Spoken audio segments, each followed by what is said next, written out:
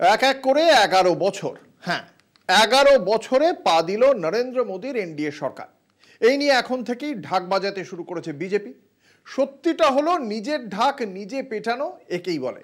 কেননা বিজেপি ছাড়া গোটা দেশে আর কেউই বোধহয় নরেন্দ্র মোদীর 11 বছর নিয়ে মাথা ঘামায় না। কেনই বা ঘামাবে? কি পেয়েছে এই 11 বছরে দেশ? খাতায় কলমে হিসেব বলছে ভারত নাকি এই মুহূর্তে বিশ্বের চতুর্থ বৃহত্তম অর্থনৈতিক শক্তি হতে চলেছে। কিন্তু বাস্তবের ছবিটা ঠিক কি রকম? মানুষের হাতে কাজ নেই।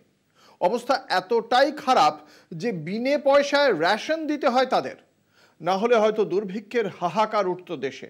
এর পাশাপাশি মোদী সরকারকে তিরস্কার করে সুপ্রিম কোর্ট, বলে বিনে পয়সায় রেশন নয়, চাকরির ব্যবস্থা করুন। তার সঙ্গে আছে প্রতিহিংসার রাজনীতি। যে সমস্ত রাজ্যে অবিজেপি সরকার, তাদের ক্রমাগত হেনস্থা করাই মোদী সরকারের দস্তুর। বাজেট বরাদ্দের জন্য গলা ফাটাতে হয় তাদের। তারপরেও বারবার উঠে আসে একটাই শব্দ, বঞ্চনা। সেই সরকার যার আমলে ধর্মনিরপেক্ষ শব্দটা প্রায় রসিকতার পর্যায়ে এসে পৌঁছল। কৃষকদের ভবিষ্যৎ অন্ধকারে ঢাকা। পরপর কৃষক আত্মহত্যার ঘটনা। এই তালিকার কোনো শেষ নেই। খালি এটুকু বলাই যথেষ্ট, বিশ্বের বৃহত্তম গণতন্ত্রের প্রধানমন্ত্রী নরেন্দ্র মোদী এই 11 বছরে একটি সাংবাদিক সম্মেলনও করেননি। মানুষের মুখোমুখি নয়, যা করেন পর্দার আড়াল থেকে। আর সেই পর্দার পেছনে মোদিজির আসল বন্ধু কে? দেশের মানুষ নাকি আদানি আম্বানির মতো গুটিকতক বড় লোক? প্রশ্নগুলো সহজ, আর উত্তরও তো জানা। 10 বছর পার করে একাদশে পা, কিন্তু বিগত এক দশকের যাবতীয় অস্বস্তি ও দুর্বলতার অধ্যায়কে উপেক্ষা করে 2025 সালের জুনের তৃতীয় এনডিএ সরকারের প্রথম বর্ষপূর্তি উদযাপনে ব্যস্ত কেন্দ্র। অপারেশন সিঁদুরকেই তার রাজনৈতিক প্রচারের অভিমুখ করেছেন প্রধানমন্ত্রী নরেন্দ্র মোদী। হিন্দুত্বের এজেন্ডা নিয়ে 2014 সালে ক্ষমতায় বসেছিলেন মোদী। পেহেলগাম কাণ্ডের পর পাক সন্ত্রাসের মোকাবিলায় ভারতীয় সেনার সাফল্যকেও ধর্মীয় বিভাজনের রাজনীতিতে শান দিতে আগ্রহী মোদী। এনডিএ সরকারের একাদশ বর্ষপূর্তিতে এক নজরে দেখা যাক মোদী জামানার হাল হকিকত। দুনিয়ার বৃহত্তম গণতন্ত্রের প্রধানমন্ত্রী 11 বছরে একবারও সাংবাদিক সম্মেলনে হাজির হননি। অঙ্গরাজ্যে বিরোধী সরকারের বিরুদ্ধে কেন্দ্রের এজেন্সিরাজ। বাংলা সহ একাধিক রাজ্যে রাজনৈতিক প্রতিহিংসায় প্রাপ্য আটকে আর্থিক বঞ্চনা তীব্র আকার নিয়েছে।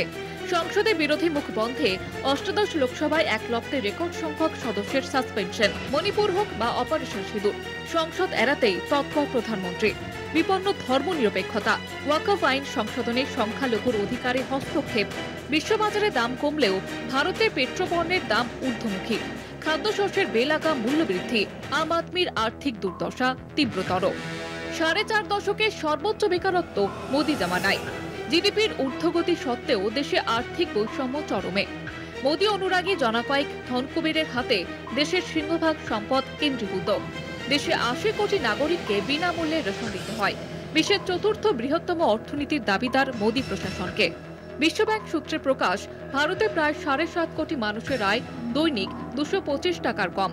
দেশের দরিদ্রতম 5% দৈনিক ব্যয় ক্ষমতা 68 টাকা মাত্র। আর্থিক সংকটের গ্রাসে মধ্যবিত্ত। 2021 সাল থেকে সঞ্চয়ের পরিমাণ কমতে কমতে বর্তমানে গত 50 বছরের তুলনায় সর্বনিম্ন।